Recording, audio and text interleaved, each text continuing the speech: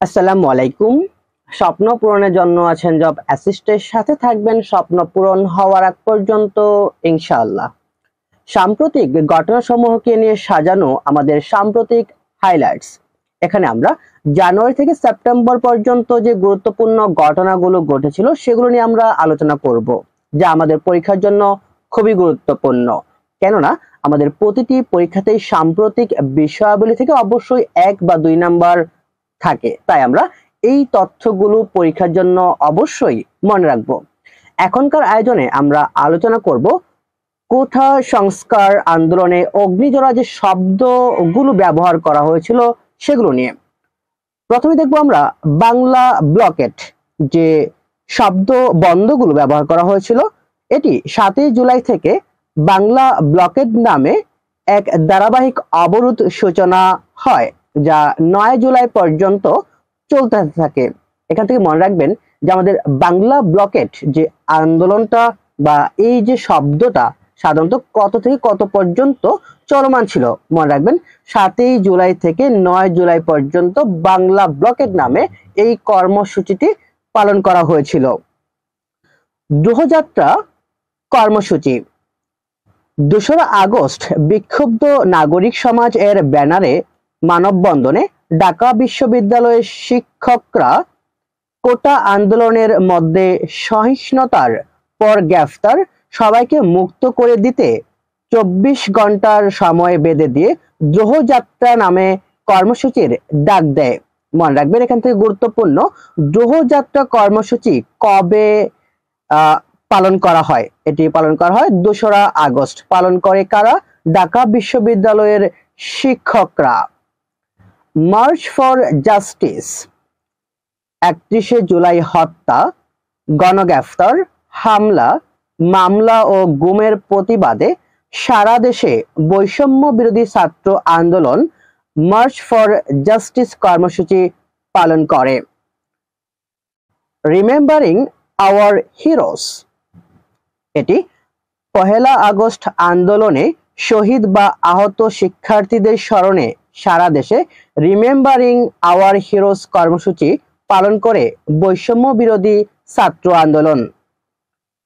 Resistance weeks 13 August 4 দফা দাবিতে বৈষম্য বিরোধী ছাত্র আন্দোলনের ব্যানারে সপ্তাহব্যাপী রেজিস্ট্যান্স উইকস পালন করে বৈষম্য বিরোধী ছাত্র আন্দোলন। কমপ্লিট শাটডাউন আন্দোলনকারীরা 18 জুলাই কমপ্লিট শাটডাউন কর্মসূচি ঘোষণা করে।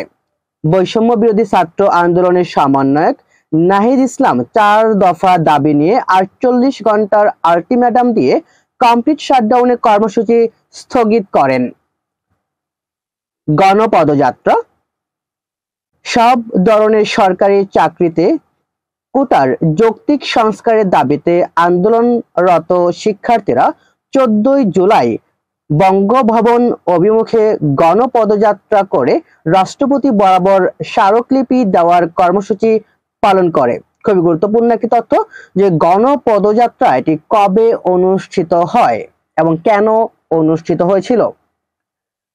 36 জুলাই জুড়ে চলা আন্দোলনের প্রথম দফা দাবি পূরণ না হওয়া পর্যন্ত শেষ হয়নি জুলাই মাস। সেদিক থেকে 5 আগস্ট শেখ হাসিনার পদত্যাগ এবং দেশ ত্যাগের পর ওই দিনকে 36 জুলাই স্বাধীনতা দিবস হিসেবে উল্লেখ করে আন্দোলনকারীরা।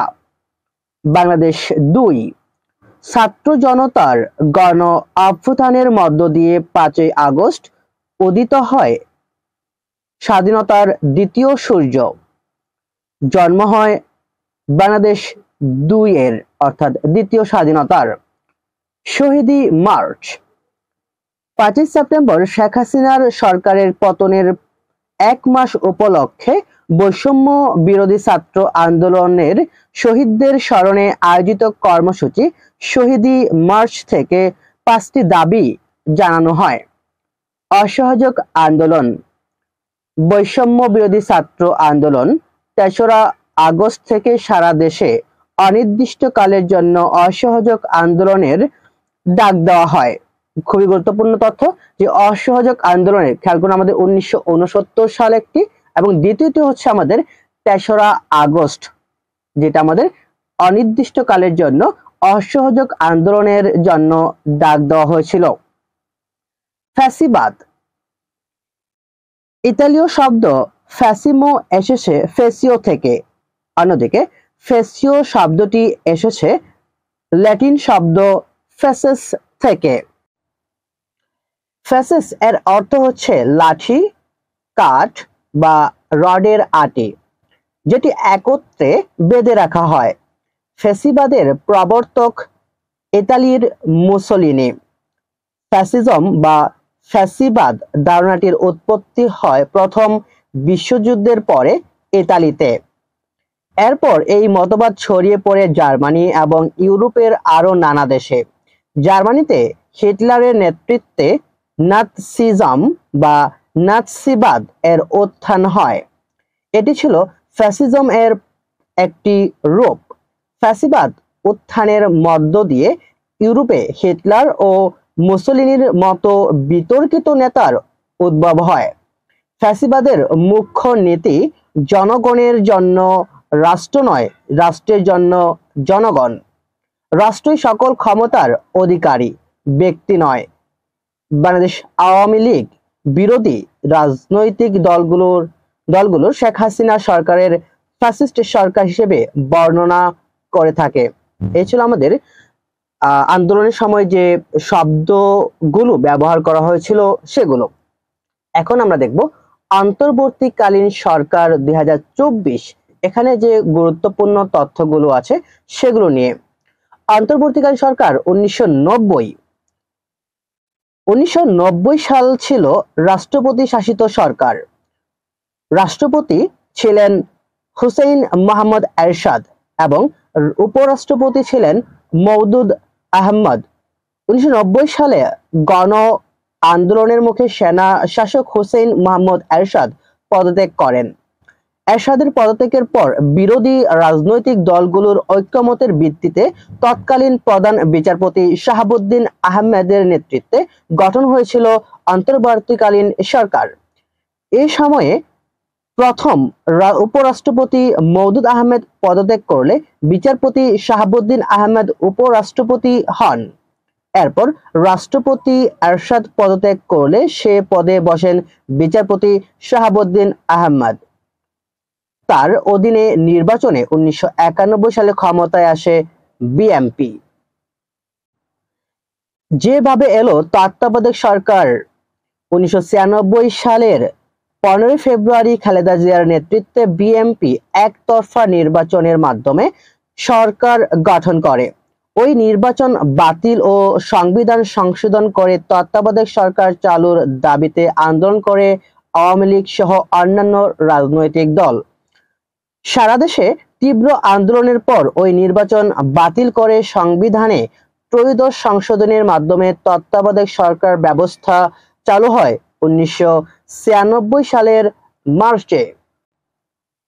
তত্ত্বাবধায়ক সরকারের অধীনে নির্বাচন 1996 সালের 12 জুন, 7ম, 2001 সালে 8ম এবং 2008 সালে 9ম সংসদ নির্বাচন অনুষ্ঠিত হয় তত্ত্বাবধায়ক সরকারের অধীনে।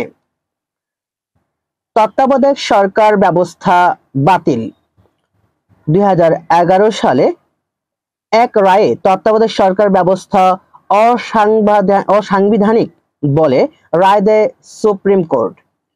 ওই বছরের 30 জুন তত্ত্বাবধায়ক সরকার ব্যবস্থা বিলুপ্ত করে সংবিধানের 15ম সংশোধনী আইন পাশ করে 9ম জাতীয় সংসদ। শেখ হাসিনার অধীনে নির্বাচন। সংবিধান থেকে তত্ত্বাবধায়ক সরকার বাদ দিয়ে শেখ হাসিনার অধীনে বাংলাদেশের 10ম, একাদশ এবং দ্বাদশ নির্বাচন অনুষ্ঠিত হয়। একতরফা প্রতিটি নির্বাচনে ক্ষমতায় আসেন আওয়ামী লীগ। অন্তর্বর্তীকালীন সরকার 2024, কোটা সংস্কার আন্দোলনের জেরে শেখ হাসিনা 5 আগস্ট 2024 পদত্যাগ করেন। 8 আগস্ট অন্তর্বর্তীকালীন সরকার গঠিত হয়। তথ্যকণিকায় অন্তর্বর্তীকালীন সরকার 2024-এ যে গুরুত্বপূর্ণ তথ্যগুলো আমাদের জানতেই হবে সেগুলো হলো: অন্তর্বর্তীকালীন সরকার গঠন 8ই আগস্ট 2024, রাষ্ট্রপতি প্রধান উপদেষ্টা ও অন্যান্য উপদেষ্টাদের শপথ বাক্য পাঠ করান 8ই আগস্ট 2024। অন্তর্বর্তীকালীন সরকারের মোট সদস্য 21 জন। সর্বকনিষ্ঠ উপদেষ্টা বৈষম্য বিরোধী ছাত্র আন্দোলনের সমন্বয়ক 2 জন, নাহিদ ইসলাম ও আসিফ মাহমুদ সজীব ভুইয়া। অন্তর্বর্তীকালীন সরকারের নারী উপদেষ্টা হচ্ছে 4 জন: সৈয়দা রিজওয়ানা হাসান, নুরজাহান বেগম, শারমিন এস মুর্শেদ এবং ফরিদা আখতার। প্রধান উপদেষ্টার প্রেস সচিব শফিকুল আলম। প্রধান উপদেষ্টার বিশেষ সহকারী মোহাম্মদ মাহফুজ আলম বৈষম্য বিরোধী ছাত্র আন্দোলনের অন্যতম সমন্বয়ক। এই ছিল আমাদের সাম্প্রতিক হাইলাইটস এর প্রথম পর্ব, যা আমাদের সকল চাকরি পরীক্ষার জন্য খুবই গুরুত্বপূর্ণ। অবশ্যই এই তথ্যগুলো আপনার পরীক্ষার জন্য জানতেই হবে। জব এসএসসির সাথে থাকুন। আসসালামু আলাইকুম।